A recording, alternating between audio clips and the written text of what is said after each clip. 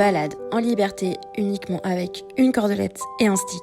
Et comme d'habitude, je vous emmène avec moi. Au début, je le sentais un petit peu énervé. Je dis souvent qu'il fait sa tête de nœud quand il est comme ça. Je vois bien que sa tête est crispée juste ici.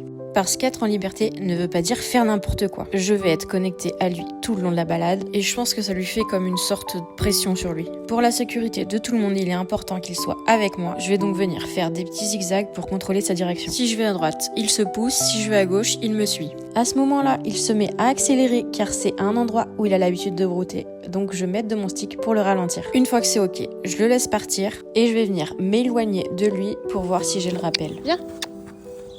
Oui, super. On a ensuite travaillé les arrêts et il s'arrête bien, sauf que le problème c'est qu'il va brouter. Heureusement, il arrive bien à repartir. Ensuite, j'ai voulu le motiver un petit peu à trotter, mais il avait vraiment pas envie. C'est bien.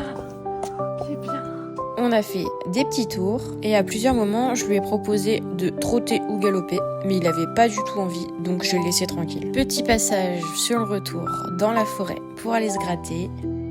Et sur le retour, on a eu le droit à un énorme bruit, mais comme d'habitude, il a très bien réagi. Oh là là, c'est quoi ça? Et je sais pas si vous remarquez, mais sa tête de nœud a complètement changé et il était totalement détendu. Bref, plein de bisous les petits potes.